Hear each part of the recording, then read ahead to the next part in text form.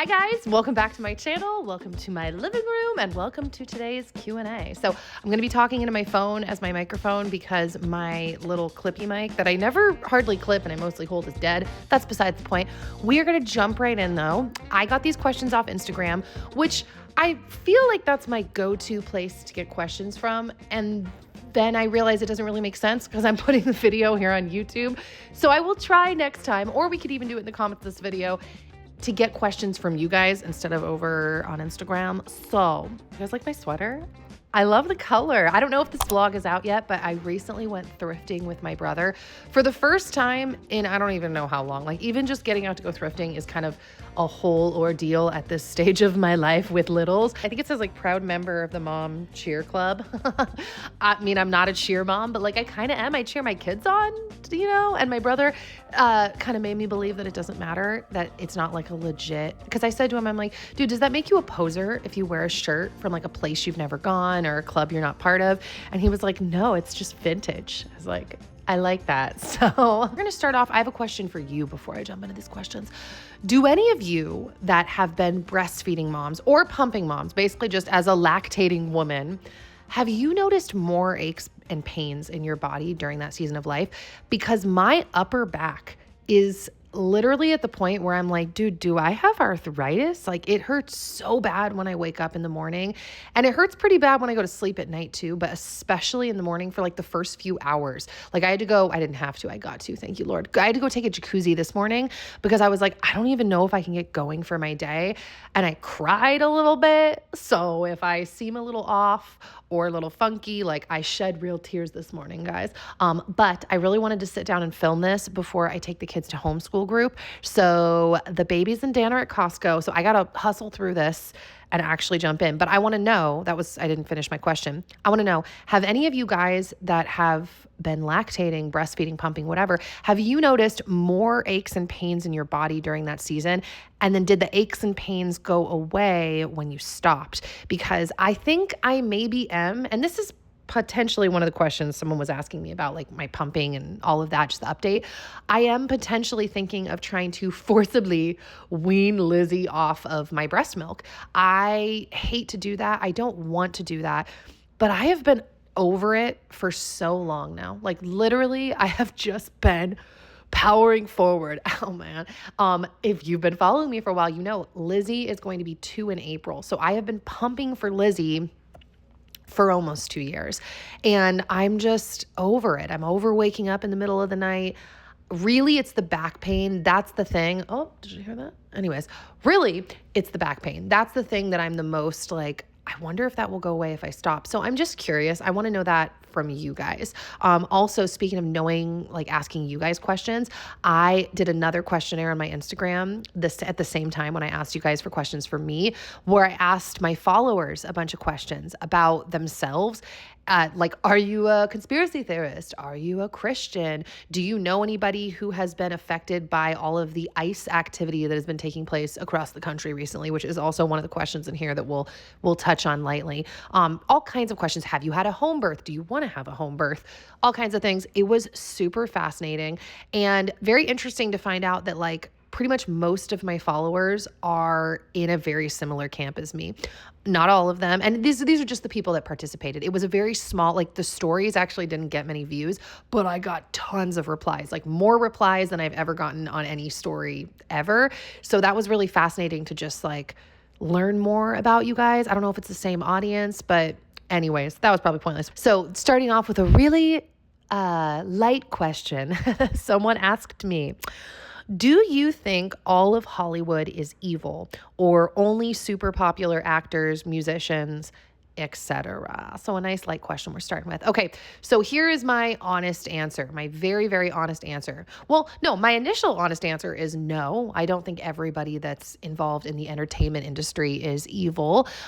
My second answer, though, to that would be it depends on your definition of evil. Meaning, you know, if you are a devout Christian and you really believe that anyone who turns away from the Lord, anyone who does not serve the Lord is essentially like evil or is like living in darkness. In that sense, I would say that an overwhelming majority of people that I knew within the entertainment industry were not pursuing a relationship with the Lord.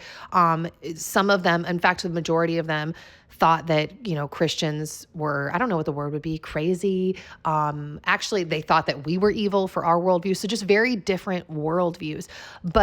So if that's what you consider evil, right? Then yeah, there's a lot of evil that runs rampant in the entertainment industry in Hollywood, Los Angeles, all of that. If you consider evil to be like, if we're taking that out of the equation and it's more like plotting, I don't know, against children, like all of the Epstein stuff that came out, like of course not. All these people are not involved in that or okaying that by any stretch of the imagination, I would actually say. I saw John Harris, who has a podcast called Conversations That Matter. And I saw a clip from one of his podcasts, and he was making a comment about how, this is kind of different, but kind of the same, about Christians who grow up in really sheltered homes. Maybe they're homeschooled, maybe they've never been exposed to, I guess you could call it worldly or just like other world perspectives, worldviews.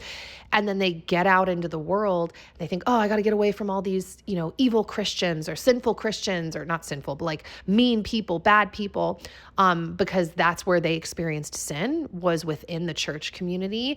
And, humans are going to human, even people that love the Lord. Like there's going to be people that stumble and fall and do bad things, obviously.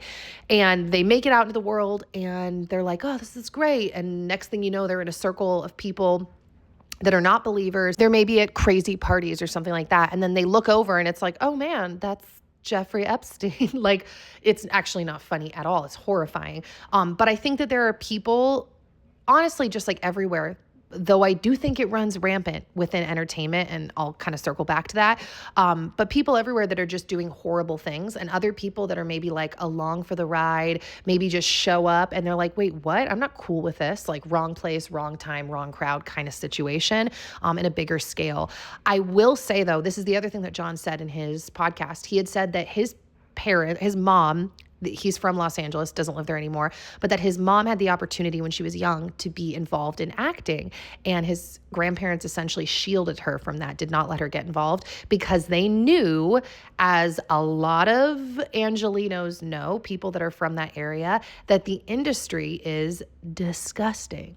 That is why I've also said before with all the Me Too stuff, it was very weird to watch, because, a lot of conservatives would bash the Me Too thing, like, oh, it's just women making stuff up, just like accusing men. They were fully, willingly compliant with all of this. And it's very odd, like a lot of my, honestly, a lot of my perspectives politically, socially, whatever, where I'm like, that's not fully true. Like, I get what you're saying, because there is an element, and obviously every person is different. I'm not speaking for everyone. I'm speaking kind of generally for everyone. Okay. But this isn't true necessarily all the time. But generally, I would say, someone might get into a position that maybe they're compromising a bit, but, we're networking, we're hanging out, and kind of one thing leads to the next, kind of like what I said before, where all of a sudden you've fallen into situations and made decisions and you're like, wow, that was traumatizing. That was not at all what I wanted to do or the situation I wanted to be in.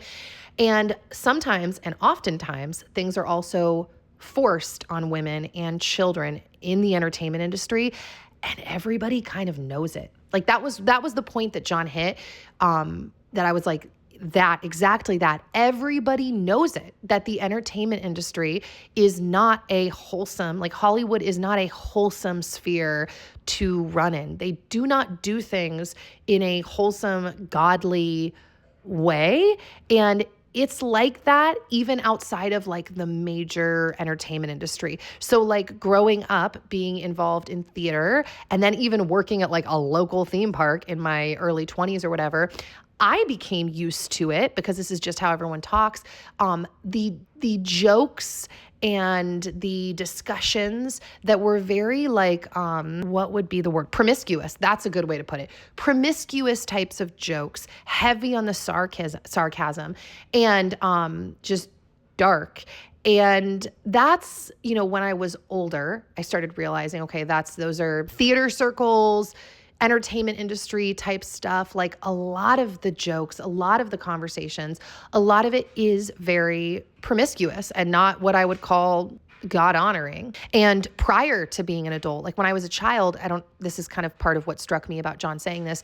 I had the opportunity to do acting in like an official big way with agencies multiple times in my life. When I was like a tween, I actually did work with management and agencies and did auditions and all of that. But when I was little, like 6 years old, 7, 8, I had multiple agents reach out to my parents to try to bring me into that world. And I remember one of those times specifically running down to the basement of our condo and picking up the phone to listen to my mom talk to this agent.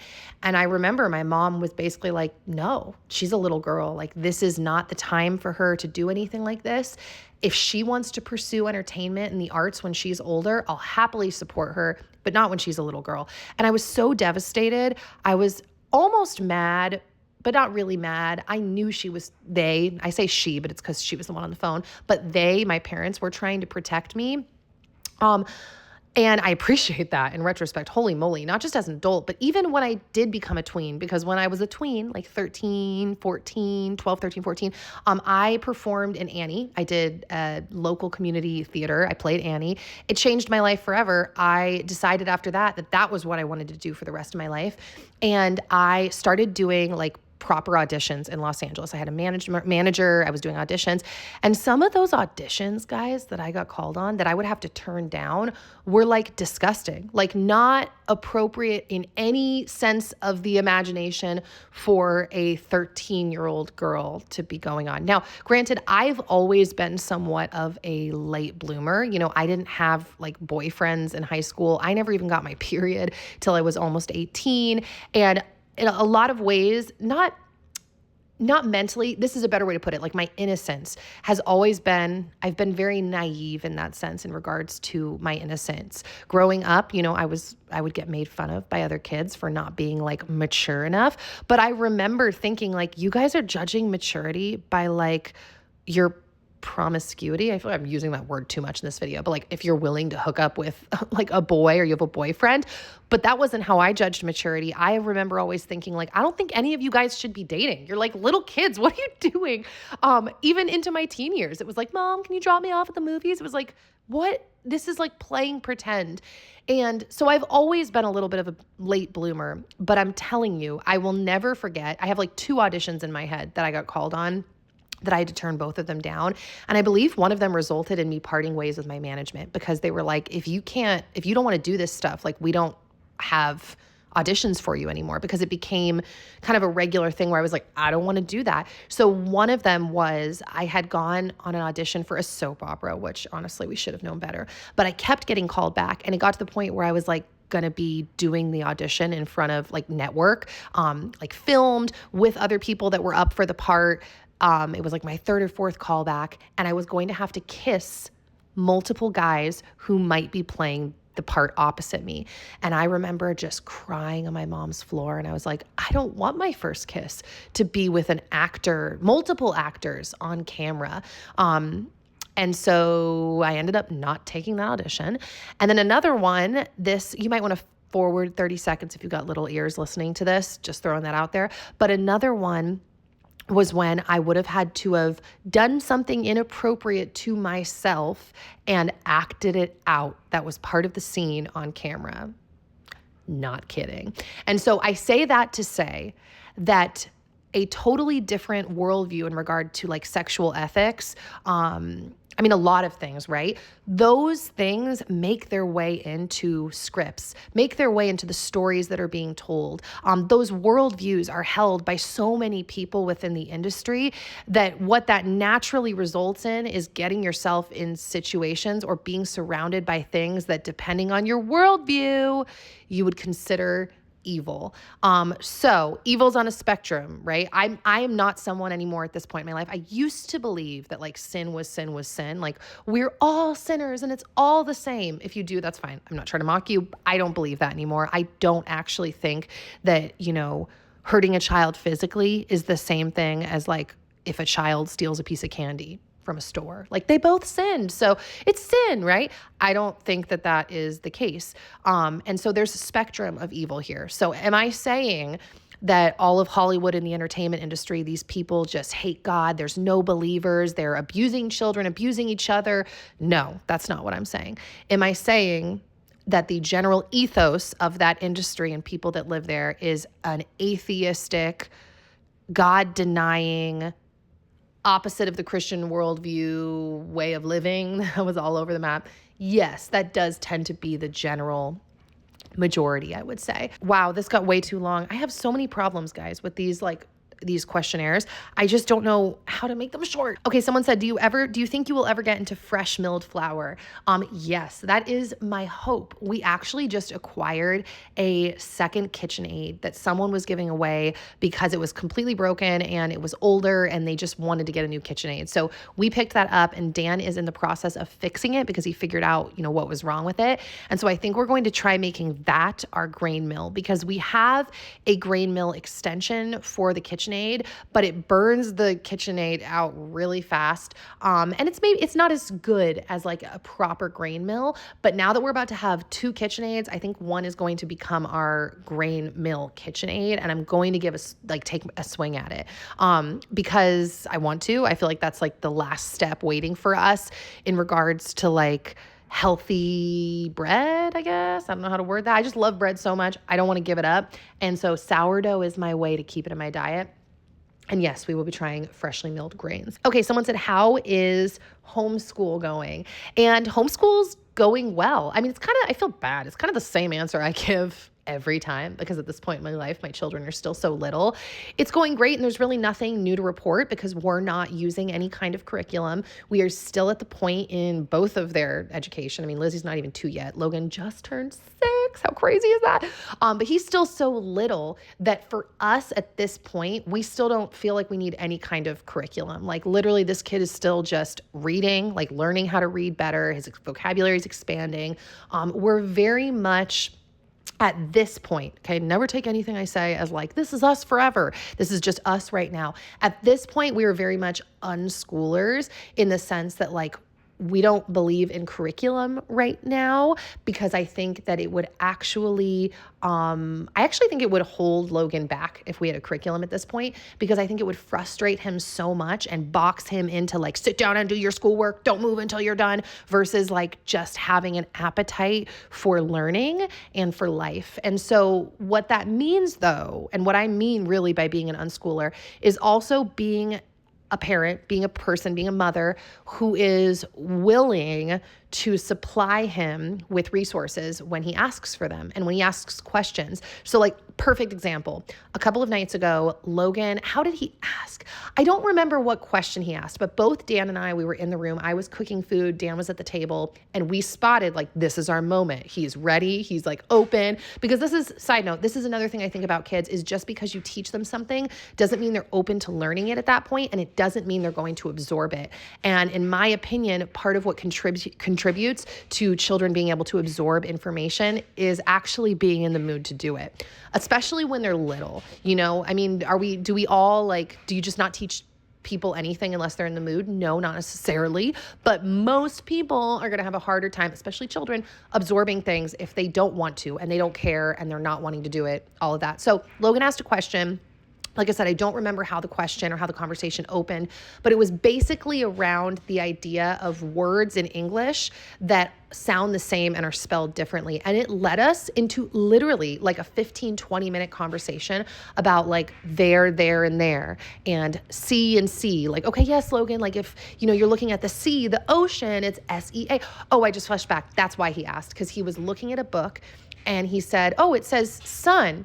But I thought sun was S-U-N. And we were like, now's the time. And so we were like, yes, S-U-N is the sun. And it led us into this whole conversation, like I said, about there, and there, and sea, and I don't even remember what else. But our slogan in homeschooling is English is weird, to try to teach him that like, yes, there are rules. Yes, we use phonics. Yes, we sound things out. But like, English is so weird that don't hold on to any of that for like being official, right? We have talked through all of this with him. And that's what a lot of his schooling is, honestly. The other day, we were reading a book that he got for his birthday. It's a Dave Ramsey, like children's book about money. And we were reading through that. And basically he ended up wanting to go to the store to buy something. Well, we've been saving change for a while, and we ended up it led to a whole discussion about change and dollar bills and how much things cost. And Dan took him out to the store, and it was his very first time walking up to the counter with the money to buy the noodles that he wanted to buy. So for us, that is what unschooling means at this point. And we like it that way. And we think it's actually very effective right now, because in our minds, the most important things for him to learn at this point in his life is how to read, English, vocabulary, spelling, all of that. Math skills. We also, at this point, he really needs to learn more coordination in his body. So that's another big focus. I actually think that physical coordination can be directly correlated to mental, what would be the word? Not acuity, mental, just, I don't know how smart you are. I think they can affect each other. I think that physical movement and coordination can actually affect how intelligent you are is really the point. I think I just repeated myself twice. So that's the other thing. Also building things. Logan is still really focusing on learning how to build things with Dan's help, whether it's just Legos and wood blocks, or he's out in the garage with Dan, literally sawing things and hammering nails in. So that's what our focus is right now. Lizzie, obviously she's not even 2 yet. So really there are 2 things, speaking of 2, that it's the same thing, right? Physical stuff. Lizzie's learning physical things. We're reading to her, though she is literally just now starting to pay more attention to reading. She does not have the same inclination towards verbal skill, verbal stuff that Logan does.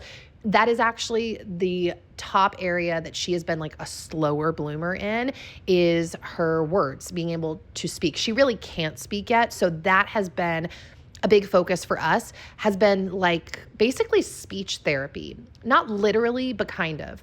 I was doing some research online, and basically everything we're doing right now is what they would be doing with a 2-year-old at speech therapy. So in our minds, it's okay, we're kind of doing speech therapy with her.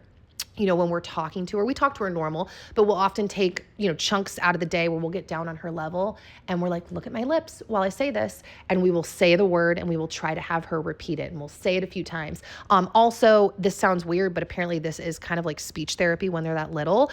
We work on signs, she mwah, blows kisses, and she tries to say I love you with her hands, and focuses on waving, and so when they're that little, I guess speech therapy is kind of more basic like that. At least that's what the internet's telling me. And we're doing all of that. So also Lizzie's really into music. So she plays a little piano, which that's the other thing Logan does. We use the Simply Piano app, and Logan plays on that app almost every single day. And as he's been playing and advancing on there, I've watched him get better just at free form piano playing and making up songs, and also hearing songs and then sitting down and finding the melody, which is great. My dad is literally an expert at just playing things from his ear. I am not. I have great pitch. I could jump in and sing anything and you would think, oh, she knows the song. I don't. I know the patterns. I know melodies and, tone and pitch and all of that, whatever, rhythm. But I can't do it on an instrument. And Logan is starting to gather that skill. So yeah. Someone said, can you do a big health update and things that you're doing for your health? Okay, so I feel nothing has really changed much since I gave you guys an update last, but also I put so much on the internet. I never really know what I clearly explain and what maybe I don't, and I just thought I did. So currently, because we are in winter, I am doing pretty high dose vitamin D. I started that a few months ago. If you remember, we had pneumonia come through our house and we were down for I don't even know, man, 5 weeks. And afterwards I ended up going on a probiotic because I had to take an antibiotic to kick the pneumonia. First antibiotic in 8 years, crazy. And after that, I fell into a deep depression. I think I've talked about this. And once I started my probiotic, it all pretty much went away. But right after that, our doctor that we work with, who's really a nurse practitioner who has her own practice, who is aware that we are not into vaccines, all of that stuff. And she's just very pro-informed consent, and is, even though she's a classically trained physician, I guess you would say, like the regular medical model. She's also self-trained in a lot of the alternative health stuff that we subscribe to. So she was the one that was like, you need to up your vitamin D. I had been off vitamin D for a long time because I had started to think like, I don't know if I want just like that isolated nutrient in my body. I'm actually taking D3 and K2 to specify there. But she was like, no, ever since I started taking D, I don't ever get sick ever anymore. And I was like, wow. And she's older and like around sick people all the time. So I'm taking anywhere from 20 to 30,000 IUs a day, pretty much every single day. I still take my vitamin D, my magnesium. I take some milk thistle to try to like just help my liver. Apparently it's good for your liver. And that's one of the theories around when I got HG when I was pregnant is liver health issues, which speaking of, I just started going through the preconception course with my HG coach. If you didn't know that's a thing, she's a woman who has a practice online, and she coaches women who have dealt with hyperemesis gravidarum to deal with it. Actually, there is a woman in one of our homeschool groups who has been working with her, and she said her HG is like 50% better this pregnancy because of working with Jess, which I do have a discount code and a link. I will link that down below. I will try to remember to link like anything I talk about in this video. Just tell me if I forget. But she's, really great. I don't know if it's going to work for me. I don't even know if we're going to try to have another baby, but I feel like there's no harm in supporting my health in that way. So I'm doing that. I don't know, man. I stretch every morning. I'm trying to use my red light. I'm trying to use the sauna when I can. I feel like that's it. I'm taking my probiotic in the mornings. Okay, someone said, what has been your go-to dinner? So I haven't had like one go-to dinner. I'd say lately, let's just think within the last month, I'd say my dinners have consisted of egg drop soup. I've been a big fan of egg drop soup lately because it's so easy. It's a great way to get protein in. I've mentioned this. I just do bone broth with some spices, and then I crack in like 3 or 4 eggs and like swirl it and turn off the heat, and it cooks into these lovely eggy ribbons. And it's the easiest way sometimes for me to just get something warm, comforting, and protein filled in my body. So that's been a good one. Oh, probably something we've been consuming a lot lately are crispy tacos. I always make tacos, but I've really been into like doing the crock pot and either doing like chicken and a jar of salsa in the crock pot, something super simple, some extra spices, or barbacoa has really been my go-to in the crock pot. That's actually, I'm delivering a postpartum meal today, and I have 3 postpartum meals in my freezer that are all barbacoa with like homemade corn tortillas that I made to go with the tacos. But we've been doing that where we'll like fry the tortilla in the avocado oil. And when you flip the tortilla, you like sprinkle the cheese on top, and then you put the tortilla in one of those taco holders. I will link that as well if you want, because those taco holders are amazing. And then you put your filling in there. I'll put like my meat, my cilantro and onions, any sauce. Sometimes I do pickled jalapenos on top. And that has definitely been a big go-to meal for us. Also, I'll say this too, smash burgers. I have been obsessed with making smash burgers in the last few months because it's so easy, whether it's for all of us or like yesterday, I think Logan had a smash burger for lunch and dinner. I get these burger buns from natural grocers, and they're like more simple ingredients. Do I wish I was making them? Yes, but I don't have the bandwidth to be making every single breaded item that comes through our house right now. I know I will, or at least I think I will at some point. But right now, I pretty much only make sourdough bread regularly and sourdough bagels. Those are like my all the time in rotation sourdough items. And then occasionally I make pizza dough or burger buns, or what else do I make? Those are pretty much my other things that I'll like drop into the rotation occasionally, but I buy my burger buns mostly. But smash burgers, oh my gosh, so simple. I literally just roll the beef into a ball, drop it on the pan, smash it with my little tool with a piece of parchment paper in between. Peel off the parchment paper, drizzle over some kind of liquid, either like coconut aminos, balsamic vinaigrette, or my favorite is Worcestershire sauce, as well as some spices on top. And the spices are like spices that I made in like a big container with like garlic powder, onion powder, paprika, pepper, salt. I think that's it. And then once it gets nice and like cooked on the other side, I flip it, turn the heat way down, put a slice of cheese on top, cover the pan. And then once the cheese is all melty, I put it on the burger bun. For us, I do mustard, onions, ketchup as like my fast burger. And for Logan, I just do ketchup. And it's delicious and so easy. I can't recommend it enough. You also know chili is always my go-to. I'm actually making chili tonight for dinner when we get back from homeschooling group. But Yeah, those are my current dinner fixations. We'll say. Someone said sleep training, yes or no. Okay, so for us at this point in our life, no, but I also don't think that sleep training always means the same thing to everyone. I mean, sleep training is probably the better word because like people will say cry it out, and it's like, what does that really mean? I don't think that really means like you're just leaving your baby to cry till they don't cry anymore. I feel like that's not what people mean. Either way, we don't really do that either. Maybe we've done that a tiny bit where it's like, okay, no, it's really time to go to sleep. Like there have been a handful of times where we've left Lizzie like, okay, lay down, and she'll go, meh, meh. And we're like watching her, the baby monitor. I'm not kidding you, for like 15 seconds. And then she just grabs her bottle, rolls over, and goes to sleep. She has actually been a much easier sleeper than Logan has been. Now, have we ever like let them cry or done proper sleep training? No, it hasn't made sense for us. We haven't felt drawn to that. Pretty much every night, me or Dan lays with Logan until he goes to sleep. Sleep is something that still makes him nervous. And I want to say I totally understand why people sleep train. So don't take what I'm about to say right now as a judgment on you if you've sleep trained and it works for your family. Like, amazing. People have different schedules, different children, different lifestyles, all of that. But for us, with our life and Logan and who he has expressed like many times, honestly, that he's like, going to sleep makes me nervous. And I'll be like, why? And he says, because I don't notice when it happens. So literally just the feeling of like crossing the line into sleep just makes him feel out of control and vulnerable and nervous. And I actually think that's probably how a lot of people feel, and they just don't find the words for it.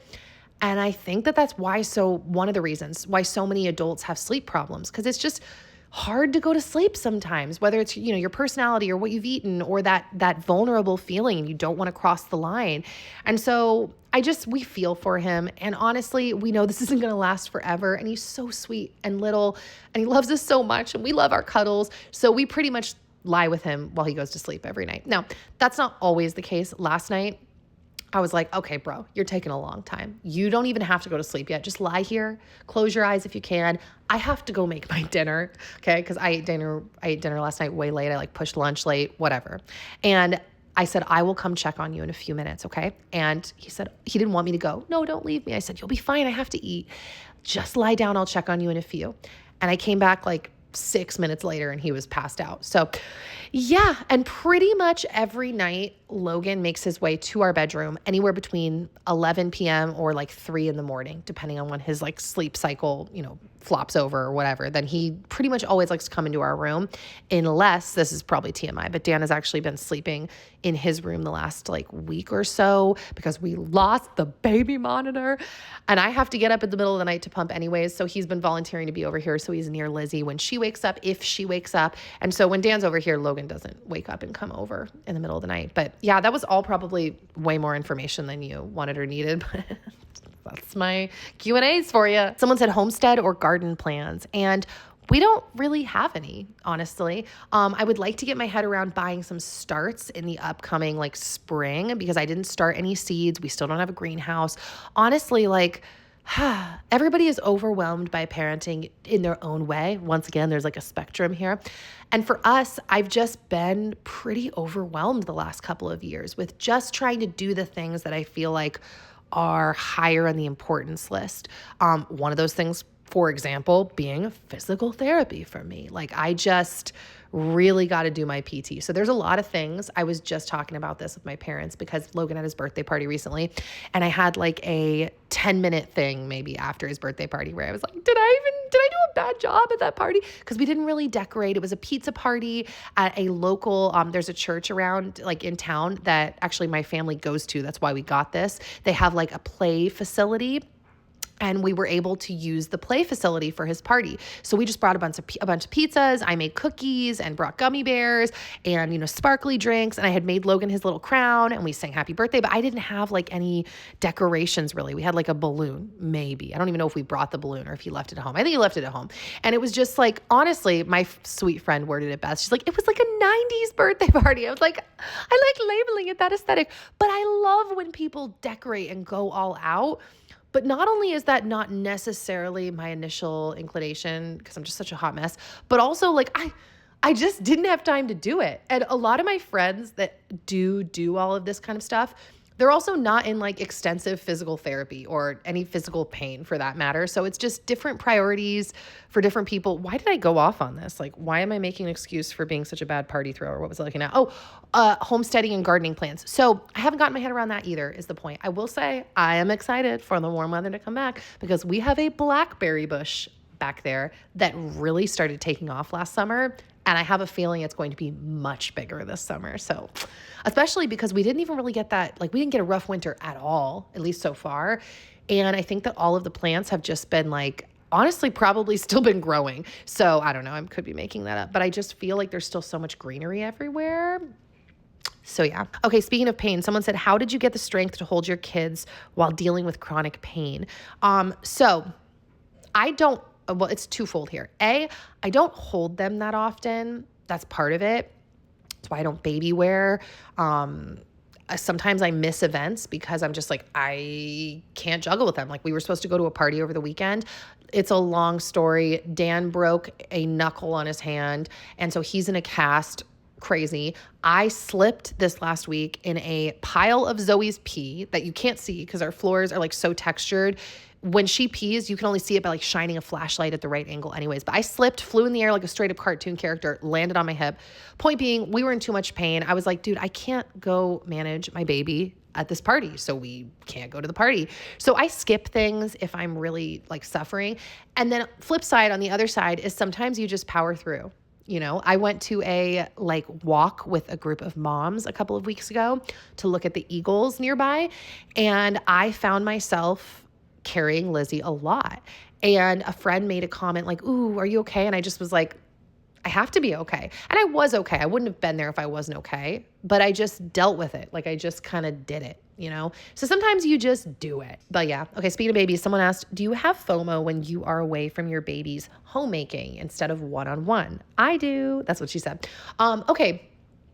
Yes. I don't know that I would have ever thought to word it that way as like FOMO, but I guess I do in the sense that like sometimes I literally will just like stop and look around and I'm like, bro, all I've been doing is cleaning and cooking and changing diapers and putting babies to sleep, my baby to sleep, and just cleaning more and then doing the laundry and then cooking more and then cleaning from the cooking. Like I have these days where I'm just like, I literally can't even believe it. I think I've talked about this in my vlogs. And I wouldn't have thought of it as FOMO, but I guess I do have FOMO. It's just hard sometimes being a homemaker and keeping everything pulled together with littles who love to just pull things out, throw them and be creative. And, you know, if you're trying to keep them off the screen, it's like, all right, well, now we've got a fort in the living room with the couch and all the blankets and whatever. And yeah, so I don't know. Yes, I do have FOMO sometimes. That's the point of that. And I don't really have anything else to say other than like, I just think that that's the life of a mom in some ways. And in other ways, maybe it just takes wisdom discerning what really needs to be done now versus what can be done later. And then also, I think probably bringing our kids in on the work is helpful. You know, my kids are still so little. Logan is learning though. He is really good now, even though I still have to kind of like be on him, but he can do it with cleaning his room and putting away all the toys and the books and stuff in the living room. And now he's starting to slowly learn about like loading the dishes and all of that. So I think that will change. And he helps me with like making sourdough bread. Finding ways to bring them into some of it is definitely helpful for that. Not only for the work aspect, obviously like getting help, but also from like the FOMO aspect. You're like, oh good, now I'm being a mother rather than just like, I don't know, a house servant. That's a bad thing. Someone has to do it. The work has to be done. But you know what I mean, like in your head, like, oh good, I'm also mothering now. So yeah, this is all over the map. Next question. Someone asked me, what podcasts would you like to be on as a guest? And I have a lame answer, okay? It's not that I don't want to be on podcasts. I would. I love talking, clearly. I like having conversations with people. But part of it is that It's more so that there are podcast hosts that I would love to just have a conversation with, not even necessarily be on the podcast. This is a problem for me, guys. I've had this problem forever, okay? Even since like back when I started YouTube, this was a recurring problem for me, is I would try to collab with YouTubers, and I did a lot of collabs. If you've been here for forever, I've done a ton of collabs, but I would get together with people to film, and all I would want to do is talk. And like many times it was like, oh, snap, yeah, we should probably film now, because I just wanted to like talk to them. And it's a problem for me. Do you guys want to know a juicy story? I'm not going to out who this person is. You'll never know. So I can be pretty specific without saying their name. I did a thing a long time ago. This is a total like gear change, and it bit me in the butt. It actually never bit me in the butt. It always almost bit me in the butt, and it never did. But I went to go film a collab with this chick, another YouTuber, a very long time ago. And I went to go film with her, and we just like talked and talked and talked and talked. And then we were like, all right, well, we should film. And I think because of the distraction of the talking, I don't even remember, or something glitched. Either way, we filmed the video. I got home. I put the footage in because I was going to transfer the footage to her. And I put the footage in. And, oh wait, no, I'm getting the details wrong. That's right. It was working. I'm going to mess this up, but you'll still get the gist, because this was crazy. And I was just thinking about this last week. Either way, I sent the footage to her and there was no sound. And I was like, what do you mean there's no sound? She's like, the sound's not transferring. And I'm like, okay, let me try on this other website. And so, cause she lived kind of farther away, like we met in the middle of LA, but she was more like the Orange County. It would have been like a 2-hour drive is the point. And I tried transferring again, and it didn't work. Like there was no sound. And I still don't remember what happened. So even me opening this with like, oh, it was my socialization. Maybe it wasn't that. I was just thinking about when I get to the end, you'll understand the point. I was very saddened by this interaction. Point being, I tried like 2 or 3 times and it never worked. And I said, dude, I'm so sorry. Like I could drive back to you and we could refilm. And she lost it on me, guys. Like it honestly, in my whole life, I'm almost 40. It goes down in the books as one of the strangest experiences I've ever had working with someone, because she flipped out on me and was like, no, my husband says, just forget about it. If you didn't want to do something with me, you should have just told me. Like literally jumped to the point of assuming that I was somehow like ambushing this collab. It was like Twilight Zone weird. I was like, girl, I will drive to you and refilm. Like, I can't even believe you would think, on what planet, like, would I be trying to get out of this? Like, what? And she literally just, choking, assumed the worst, went off on me, unfollowed me everywhere. And to this day, we have no connections. Our paths have never crossed. Every once in a while, I look back at that time and I'm like, literally, what the heck happened? Like, we had a great day together. I had nothing against her. It was like Twilight Zone level bizarre. And that was a YouTuber that, once again, sometimes I just wish I was petty. I was going to say like Candace Owens, but that's a whole separate thing. Like a lot of these other people who are willing to just throw people under the bus by their names. I'm like, I wish I could do that, because it's crazy. And you guys would be like, what? Because this girl comes across on the internet as so sweet, so kind. I mean, this is part of it. When I've talked to you guys about like not trusting personas of people online, like ever, there are multiple experiences that I've had that have led me to that place. That was one of them. Honestly, I could probably sit here and keep going on other stories of people where you're like, what? Like, it's so confusing and so like, weird. And they're all very different. Like, not like the stories aren't all the same. That story is the only story I have that's like that, where it's like, girl, I'm telling you, please. And I remember I like begged her. Nope. Very, very bizarre. And like I said, mostly bizarre because literally her persona online is that she is just like sweet as pie, like just the sweetest girl. And I don't know, Dan and I actually speculated later. It was like, maybe my personality was just too big and strong, and maybe she took something I said and got hurt, but I don't know. But it was clearly after the like unfolding events of like the sound wouldn't go through, and she was just like, I see how it is. I was like, you see how what is? That the transfer isn't working? Like, what? So Got lots of reasons, guys, for not trusting anything that's presented to me on the internet, including my cancellation. But we've talked about that many times. So being on people's podcasts. Yeah, I don't know. I mean, the first thought of mine was like the Lila Rose podcast. But then I'm also kind of like, what am I going to talk about? Although I shouldn't say that because I am potentially about to be on a really big podcast here in like the next couple of months. We're working on figuring out if we can sort out the dates. And if it can work, that's going to be very interesting. And I'm not sure exactly what we're going to talk about, my cancellation, my controversial views around homeschooling, home birthing, all of that. I don't know. But yeah, I do like the Lila Rose podcast. There's a lot of podcasts I like, but I don't know that I'd want to be on them or that I would think about that much. I don't know. Anyways, someone said cookbook ? With the looking out. I'm sorry, guys. One day. It's not going to be today, though. Honestly, you're probably going to be waiting a while because trying to find the time. Really, at this point, I'm just like, can I just go back to being like, can I just be a YouTuber again? Because I feel like I've been so like inconsistent for years now, pretty much since the cancellation or move. I have been so inconsistent. And so I'm really just trying to like get back into that. But I feel like I'm in a season with like littles and we may try for another child at some point where I'm just like, I don't think I have the bandwidth to like get that like nailed down and put out. So one day, God willing, but I'm sorry, guys. Okay, someone said, how crunchy are you and where do you think you could relax a bit more? Okay, if I had to give myself a score on a scale of 1 to 10, based on the knowledge that I have, like what level crunchy I am, I would say, looking at the landscape, I'm somewhere around a 7. Honestly, I am not that crunchy, but I am definitely very crunchy. Like I see other people who are into health stuff and I'm like, oh no, like we got to step it up. Not really. I mean, I'm not like aggressively thinking about other people, whatever. You get the point. I am definitely pretty crunchy, but I also know a lot of people that are much more crunchy than I am. Like I have not got to the point where like my wardrobe has been changed out to all natural fibers. I don't know if I ever will. I still keep my Wi-Fi on at night. Like honestly, the list is very long. So when you say like where you could relax a bit more, I actually think it's the opposite. I actually could probably become a bit more crunchy and I don't really like beat myself up or obsess about it. So I don't actually think that I need to really relax more.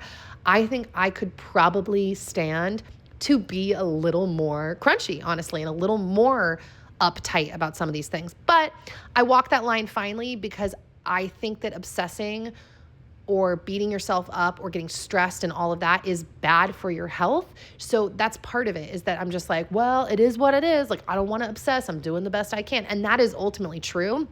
So that's where I sit right now. And I'm kind of happy sitting at like a 7.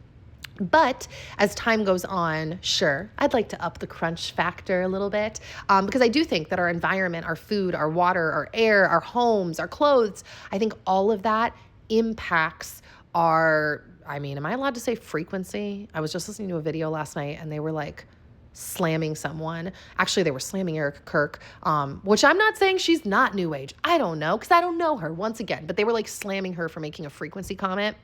Whatever. It's a whole thing. Am I even going to talk about this right now? Anyways, I thought, well, I do believe in frequencies. Do I believe that they control everything, or that like our behaviors can just be, you know, completely altered by a frequency? Not necessarily. I ultimately do believe in the soul, and I believe in sin, and I believe in the Holy Spirit. And I do believe there's a spiritual battle that is being waged, but I don't even know what that means. I don't know what that looks like. And I do believe that frequencies are legit. See Wi-Fi for details. How the heck are we all connecting with something that is basically invisible? Like, it's crazy. So I do believe in frequencies, and wow, this just went off on like 40 different ways. But what's the point? I could be a little more crunchy. You know, we'll see what happens. I do think that having littles just changes your day-to-day lifestyle a lot, depending on your personality, all of that. I think some women are able to handle a lot more than me. But I'm just doing the best I can right now in life, guys. Okay. Do I even want to touch on this? Someone said thoughts on everything going on in Minnesota. Ironically, this will probably be a shorter answer. The first answer is I don't live in Minnesota. Everyone that I know that lives in Minnesota has had nothing to do with any of the stuff going on with ICE. They don't know anyone that has been deported or taken. They haven't seen it. So I am very detached from any real life touch points with Minnesota. Now, a lot of people will say to me like, oh, just because you don't know someone and really glad you're not affected, that you don't have to have an opinion. And really all I mean by that is that it is so crazy to me how falsely connected the world has gotten and how quick people are to believe whatever it is they see on the phone. And also it's very bizarre to me that we all watch these AI videos of like people, the president dancing, crazy stuff happening. And we're like, ah, ha, ha, ha. But then we'll see like a news clip and we just assume, oh, that's totally true. That wasn't altered. Nothing was changed. And I'm talking everything from like major alterations, like, right, we can make AI videos from scratch doing the craziest things to minor alterations. So I don't know if you guys saw the picture that was circulating after Alex Preddy was shot. There is a picture of him in his nurse's uniform. And then there was a picture, the same picture, but they essentially edited it to make him look better, to look like healthier, more fuller weight, tanner, all of that. And I thought even that is an example of kind of what I'm talking about. The fact that like, at best, the internet is a screen, like a snapshot of someone's life, maybe the highlight reel, altered from what is actually real. And at worst, it's completely altered AI. So I'm not saying that I believe that the videos coming out of Minnesota are AI or fake. This is something people get confused about me. What I'm saying is that my investment in these stories or videos is low because my bandwidth is already very stretched thin within my community, caring for the people and the sphere of influence that I actually have. It's already so stretched thin and invested in that I don't put much stock in videos that I see online when I know no one in real life connected to it. And that's the other thing. People are very quick, especially for me. I know everybody is different. Not everybody has large social circles or lots of friends or whatever. But people will also slam me when I say, I don't know anyone in real life. And they're like, oh God, it doesn't affect you. I'm like, yo, I know a crap ton of people. Like I literally know I'm not just pseudo online famous for better or for worse. I actually know literally tons of people. And so when something plays out in the news and I don't know anyone that's connected to it, it adds an extra layer of like, I don't know, man. Oh, Dan just got home and I think Lizzie's asleep. Sorry, I just got interrupted by post Costco chaos. So yeah, it is always just a little odd to me when I don't know anyone connected to something and I just distrust the internet so much and the alterations that can be done to images. I just don't trust it at all. So yeah, all of that being said, I also really think that people in positions of power, not only within the US, but also like around the world, literally want us fighting. You could say they want us distracted. And so that's the other reason I just don't get too worked up anymore about stuff that I see on my phone. Now, that being said, now that I've said that, I feel like that always puts me in a position of like absolving any kind of like, I don't know, I don't care, I just don't believe any of it. And that is true that I don't believe any of it. But in regards to immigration, I've talked about this before. I do think that strict immigration should be a thing. And I don't think that most people who break the law and come over illegally are going to just go quietly. Like I do think that it is very unfortunate that just force is sometimes necessary in life in general when you're dealing with someone who has committed any kind of crime, something that is not, it's not allowed on the books. And coming over to America illegally and staying illegally is just that. It's illegal. It's a crime.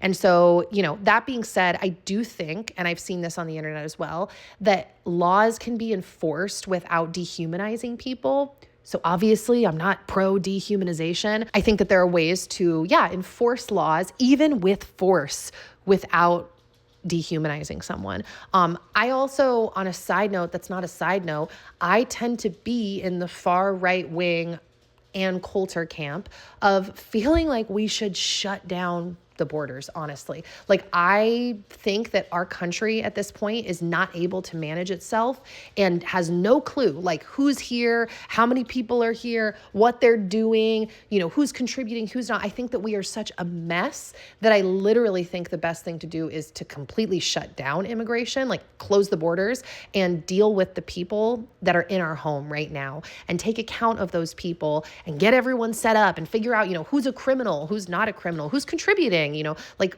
maybe I'm getting too specific there, but the point is I am in the camp of Ann Coulter in the sense that, like, I just don't think we should really be doing any immigration right now at this point because things are so out of control. It's honestly kind of like how, someone could slam me and say that I have like an isolationist mentality or like an America first mentality.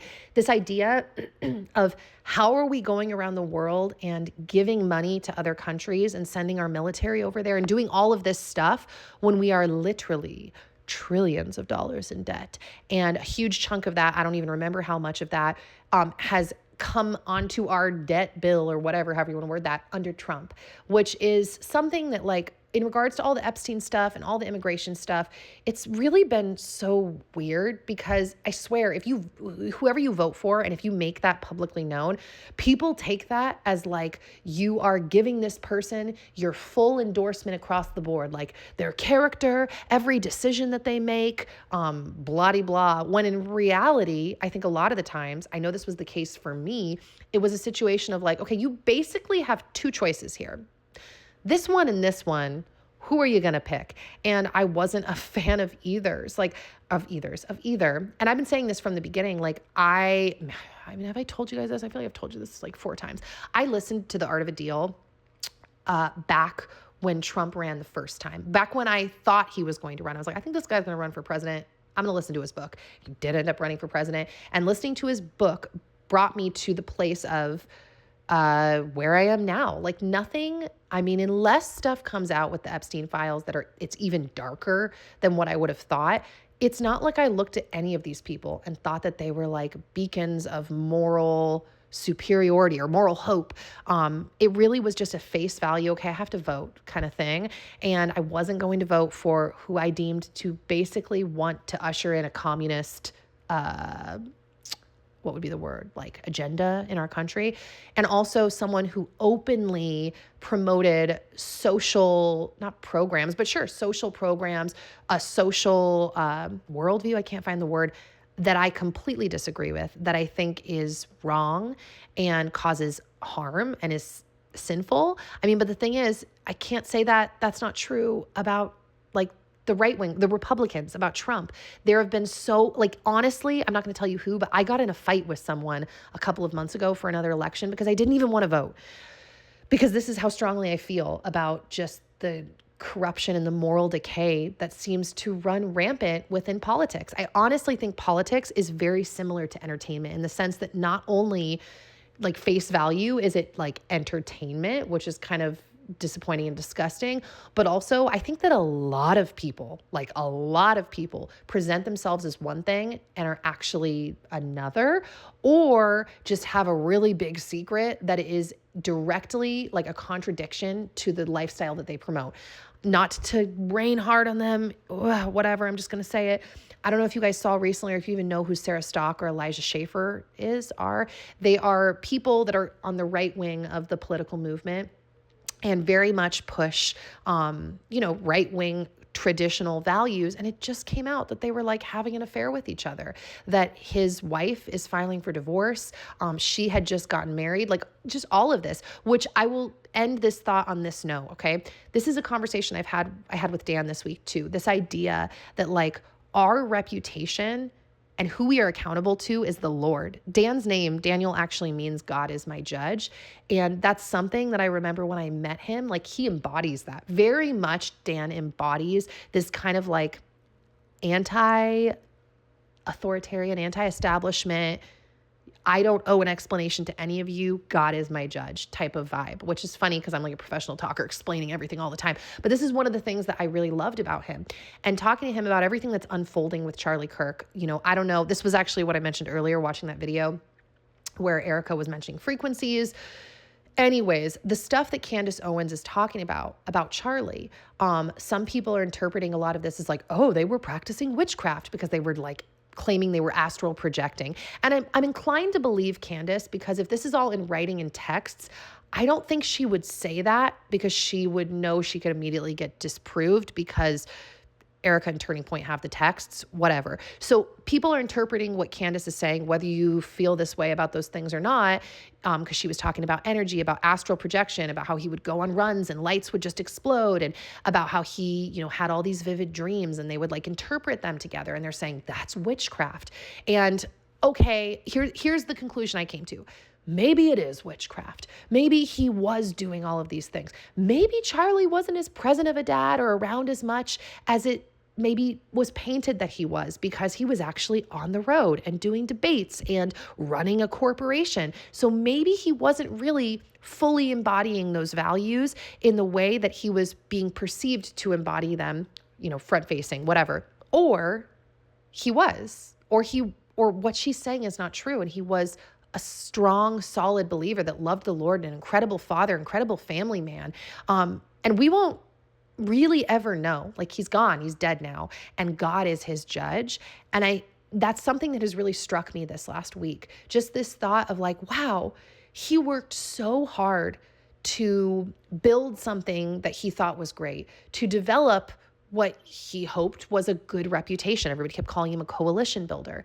And ultimately, we will never know. He's not here to defend himself. And it didn't even matter, because people are just fighting and debating and analyzing all of his words and tearing him down and exposing secret things. And ultimately, God is his judge. None of us. He's gone. He's done. He ran the race. And even if Charlie behind the scenes turned out to be a different person than what a lot of us maybe assumed he was like, his life as a father, his life as a believer, his life as a husband, whatever. Even if that's true, I know what I still admired about him. I still feel the way that I felt before too. The fact that like he embodied civil, articulate discussion and debate in public spaces. And unfortunately, I think people hated him for that. I don't understand why people hate discussion and debate so much, but there are a lot of people that do, and the words are violence to them, and it's really sad. And he embodied the opposition of that, the opposition of the idea that words are violence. And I really admired him for that. But that has really been a point that I have just held on to this last week, or this idea of like, God is our judge. No one down here is. Okay, we really have to land the plane here. This video is getting long. I'm going to answer a couple more questions though, which means it might take approximately another hour. Just kidding, hopefully. Okay, so someone, this is actually my friend Amy, said, how about making friends? Like that being a topic. I've debated making a whole separate video about this, but I will throw this out here because I've gotten a lot of comments lately from people that are like, wow, you've moved so many times and you're so great at plugging into communities. And so here are a couple of quick tips I will give you, okay? First one is being friendly is a way to make friends easier. Like friendly, outgoing people, I think in general have an easier time making friends. Now you might be like, well, I'm not that outgoing, but I am friendly. If you've heard the phrase, fake it till you make it, it's there for a reason. And I do think that having questions for other people, like a genuine curiosity about who they are, where they're coming from, their life path, blah, blah, blah, all of that is a helpful thing to do if you want to make friends. Because Dan and I joke, everybody loves to talk about themselves. That was actually my joke after I asked you guys or people questions on Instagram, and I got so many responses. I was like, this is proof. Everybody loves to talk about themselves. I was thrilled. Don't take that in the wrong way. I was thrilled to get the responses. But people like to talk about themselves, and they like it when other people are interested in them, because we're all so self-absorbed that when someone else shows you interest, it's like, wow, thanks for caring about me, So showing interest in other people, genuine interest, genuine questions, that is a way to develop friendships, to make friends. I will say though, another thing is, there's this fine line you walk between like taking a hint and also not taking things too personally, meaning do not be afraid to follow up with people. I mean, you can be afraid, but what's that phrase? Feel the fear and do it anyways. Follow up with people. Sometimes people just forget things. They lose text messages. They forget conversations. If you're me, sometimes things just slip through the cracks. And I think we can be prone sometimes to be like, oh, what about the violin? It's because nobody wants to be my friend. I'm so weird, whatever. And I don't think that that's often, I don't think that's the case. I think life is just busy for people. So that needs to be your go-to kind of response or feeling, like, no, ignore that feeling. People are busy, follow up. That should be your first go-to, right? But there is a second go-to of like taking a hint, meaning, okay? Sometimes people are just really, really busy in life, and not just like, oh, they're really busy, follow up with them, but sometimes they're too busy to expand their social circle. And so you kind of got to walk this line of like, pursue the people you want to be friends with. Someone has to do the pursuing. Be the one that is humble and willing enough to pursue versus like, I want someone to pursue me kind of thing. Be the pursuer. But simultaneously, if you reach out to someone 4, 5, 6 times and they're not answering you, or they don't get back to you, or they say they will and they disappear, take the hint at that point. And not like the hint as in like, oh, see, they don't like me. Sure, they might not like you. People don't like everybody. You don't like everybody. People have the right to not be friends with everybody. But more so what I mean is take the hint that they are stretched thin and they are very busy. And at that point, you have to assume, okay, well, even though I want a friend, I also want to be a friend to someone else. And I'm thinking they don't really need that so much right now because they're never circling back. They're never replying. I'm going to assume that their plate is a little full, and I'm going to go look for someone whose plate is less full. Maybe they're looking for a friend and we can become friends. You know, I feel like I'm saying this weird, but I think you get my gist. So those are really like my top tips, and really emphasis on be the pursuer. I think that a lot of people are lacking friendships who like, they shouldn't be lacking friendships simply because they won't reach out to people. They're waiting for someone to reach out to them. And I think that that is just a recipe for like not having many friends. If you're not someone that's willing to do the reach out, willing to ask people questions about themselves, their history, their life, their passions, their, you know, whatever. You have to humble yourself and put yourself out there versus throwing a pity party about why nobody ever does anything for you. Nobody ever reaches out to you, and you hate to be the one that's always instigating. And why can't someone else instigate your friendship? Oh, well, cry me a river. You got to get over it and pursue people. Okay, this last question came from my friend Emma. Her Instagram username, by the way, is M4him, like the number 4him, if you want to go follow her. Because she said, if you want to give me a shout out, hey. She is like an Instagrammer, and she has documented her whole story of adopting her children. So she was a foster mom. She actually still is a foster mom. She doesn't have a placement at this moment, but her 2 children who were placed with her, she ended up adopting them. So she documents that journey. And she asked me actually 2 questions. Do I want to tell both or should I pick one? I'm just going to pick one. This was, how did you pick your kids' names? She also asked me to share me and Dan's love story, but like, I just feel like this video is getting really long and I have to go to homeschool group. So although Lizzie is asleep, so I guess I'm just taking Logan now. Wow. Processing out loud. Anyways, I don't want this video to be another hour because I got to go. So I'm going to answer this question. How did you pick your kids' names? And they just kind of came to us. That's kind of the answer. I am very into names that mean something. In fact, I would not name my child without I wouldn't give them a name that didn't have a meaning, even if it was like made up, because you guys are going to die. But there's 2 names that I really like. And they don't really mean anything. I mean, they kind of do, but they would have had meanings to me. We didn't end up rolling with either of them, though, because when push came to shove, these names did not feel like the names of my children. I know it's woo-woo-wee-wah, but that's part of it, right? We almost were the people that like didn't even want to pick a name till they were out. Well, with Elizabeth, we didn't. We had like an idea for a boy name and a girl name, but we had picked the name. But point being, you get what I mean. Part of me was kind of like, should we meet them first? If we do have another child, that might be what it is, because we probably won't find out the gender again. But they just kind of came to us. So Logan's name, weirdly enough, hit me when I was watching a documentary about purity culture, random, and the dad in the documentary had a son named Logan. And for some reason, it struck me. And I was like, Logan, I wonder what that means. Maybe he even said it, like it means man of honor. And I was like, oh yeah, I got to look into this. And I found out it actually has 2 meanings. It means little warrior and man of honor. It's like Gaelic or Celtic, something like that. And Elizabeth, I never circled back to the other names that we really liked. I'll tell you that I did not end up naming either of my kids. We really liked the name. I liked Spike. Please don't laugh at me. And I like Heart. So my sister-in-law actually, after we had both our kids, she's like, I really thought you were going to go with some funky names. They were great, but like you went with Elizabeth and Logan, like very traditional sounding names. Yeah, I don't know. That's who they were. I mean, I look at little Lizzie and I'm like, you are Elizabeth. Anyways, Elizabeth hit me. Actually, I have never told this story, how Elizabeth hit me. Okay, this is how Elizabeth came to me. I was asleep or trying to go to sleep one night, and I was listening through an app that I don't even use anymore, but it like served up a random podcast to me from this chick named Elizabeth, and she had a baby. I've actually mentioned this before to you guys. She has a podcast called, I think it's called Primal Potential, or maybe it's called the Consistency Podcast. I'll try to link it down below, but I had never heard of this. The app just served the podcast to me. And she was talking about how she had her daughter, and then her daughter ended up dying like very shortly after she had her, like 2 months or something like that. They knew that the daughter wasn't going to make it. Wait, maybe they didn't. I don't know. This is details. You should listen to her story if you find her. But her daughter died on the same day that I miscarried our previous baby before Elizabeth. And something about her story really impacted me.